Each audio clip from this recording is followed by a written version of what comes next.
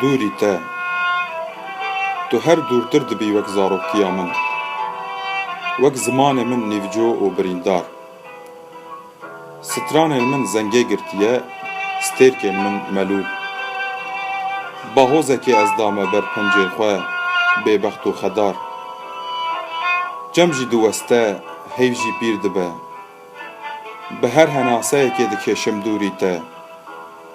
û ji bilî xwîna min tifekiyên min nemaye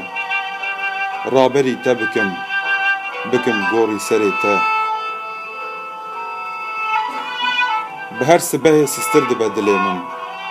Dara min pelek din diweşîne ji hêviyan Bi her gav avêtinek ber bi te li xwe diqelibim Ma nebese werbibîne halê min